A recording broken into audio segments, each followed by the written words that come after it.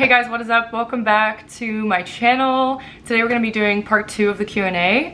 If you've missed part 1, go and check it out. I'll have it linked in the description box down below. Part 1 of the Q&A was solely modeling based questions, so if you are a model, aspiring model, or you just want to know the ins and outs of the industry, then definitely go and check it out.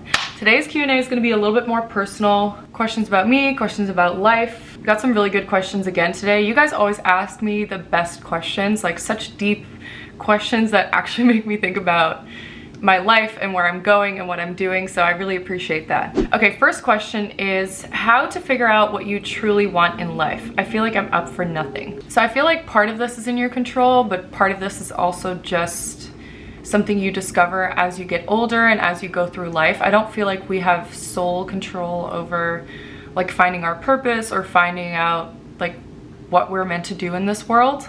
For me, when I got out of high school, obviously like the modeling path was super clear for me. It was something that I've been doing for years.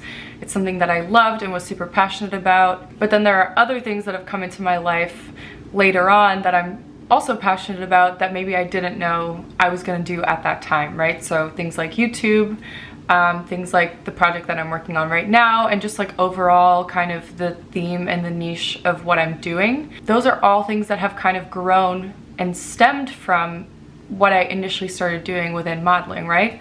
So making videos for you guys, giving advice to young models, being somewhat of like a big sister figure, like those things all came after. So yeah, I guess the best thing that I can tell you for figuring out what you truly want in life is to just follow what speaks to you, follow what you love, what you're passionate about.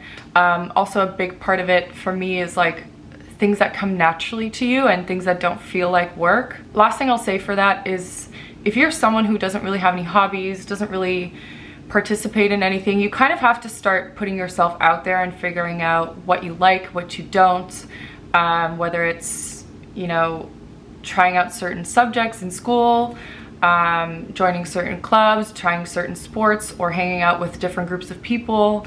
The more you experience and the more you try, the faster you'll figure out what's for you and what's not. So that's another thing to remember when it comes to figuring out like who you are and what you want to do. How do I budget more wisely? I love how you're thrifty and wise with your money.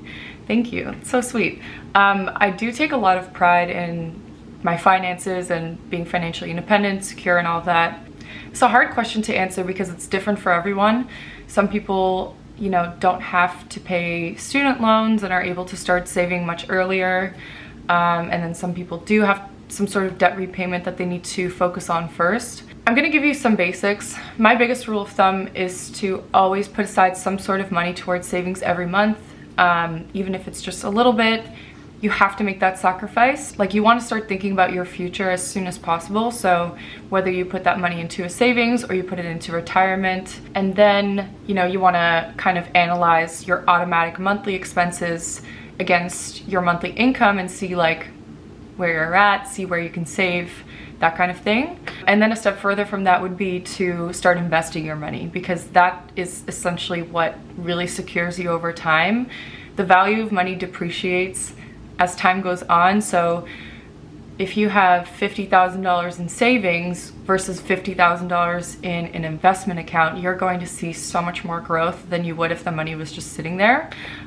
So that is kind of the tiers that I would be thinking about, depending on like how much money you're making, how much money you can put away to invest. I promise you guys I'm going to go into more detail about this in a future video, but I'm just waiting on like a potential sponsor for it. But ultimately, the more you can make your money work for you, the better. How do you decide which clothing items to splurge on? So the things I splurge on tend to be things that I am either gonna wear every single day or things that I know are gonna be in style for a really long time. So I will splurge on good jeans, I'll splurge on jackets, I'll splurge on things like a good belt. So yeah, what have I said so far? Jeans, jackets, belts, bags. I think bags are just worth the splurge because you use them every day, and if you buy a good bag, it'll last years, if not a lifetime. And then things that I don't splurge on are things like t-shirts, tank tops. Sometimes I'll buy like a good bodysuit or a good turtleneck, but a lot of the times I find that those things just kind of get ruined after a year, whether it's because of the shitty washing machines in New York or just because, you know, you're wearing them every single day. What else are things that I don't really splurge on? Surprisingly, I don't really like to splurge on shoes because New York just ruins your shoes. I find that I buy white sneakers like twice a year because they just get destroyed. Boots get destroyed. I feel like I'm missing something, but you guys probably get the idea. Do you have any life advice for 20-year-olds? Things you wish you could tell yourself? I answered a similar question like this in the other video, but it was more so about me. But the best thing that I could tell you is to just stay as true to yourself and as authentic as possible. I also would say try to love and accept yourself as soon as possible, because honestly, like, that's when life starts to get good. That's when you attract the right friends. That's when you start living life for yourself. You stop tolerating bullshit. You stop doing things to please other people or to impress other people.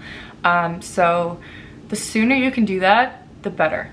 And I think that a lot of people would say the same thing, because a lot of people spend most of their 20s following the crowd, doing things to like be cool or impress other people, and ultimately at some point in your life you're going to stop caring and wish you did it so much sooner. How do you stay focused on your goals and don't get distracted in a city like New York City? The longer you live here, the more it wears off. So the things that like initially excite you, like going out, drinking, eating, all that stuff, it kind of wears off after a while.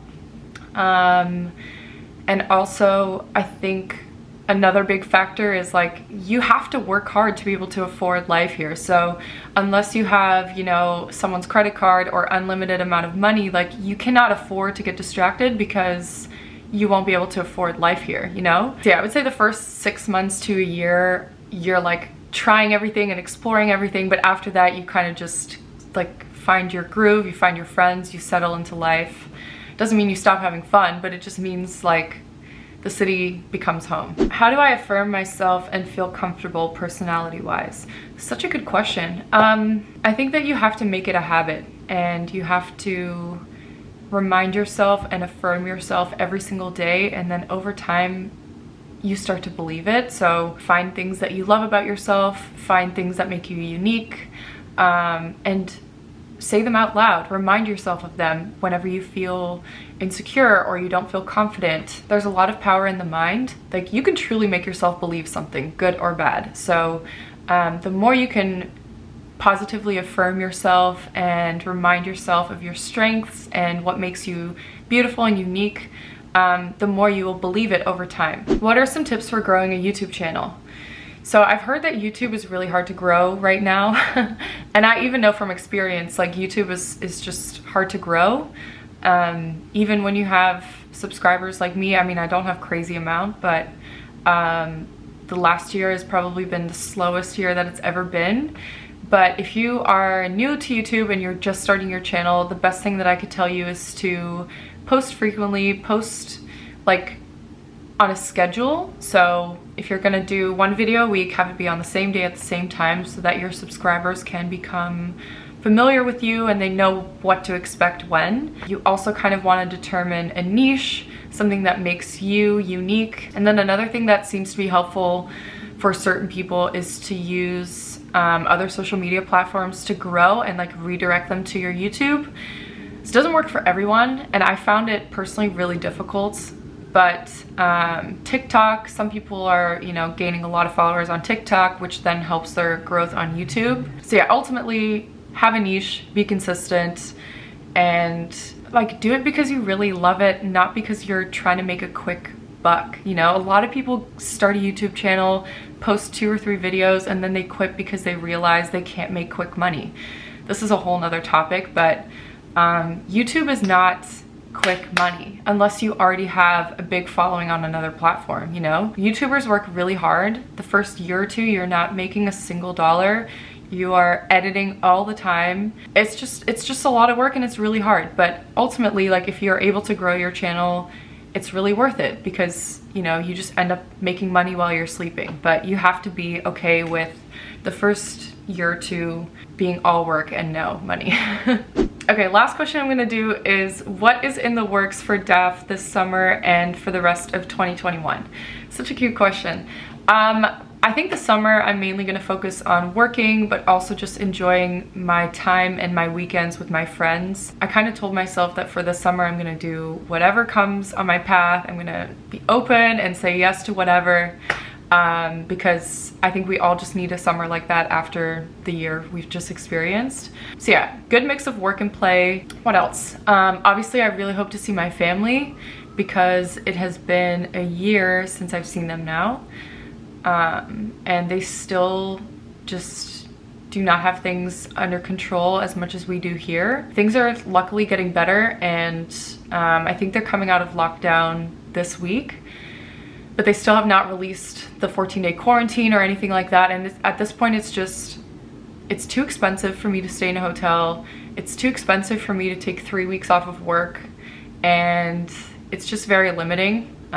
So hopefully within the next month or 2 months even, they ease the restrictions on people who are fully vaccinated, and I can just go there, spend a week, and come back and work. So yeah, those are kind of the two things that I'm focused on for the summer and the rest of the year. Just like getting back on track completely, working a lot, but also like spending a lot of time with my friends. So that is gonna be it for this Q&A. I hope you guys enjoyed it. If you did, please give it a thumbs up. Don't forget to subscribe if you're new, and I'll see you in the next one. Mwah.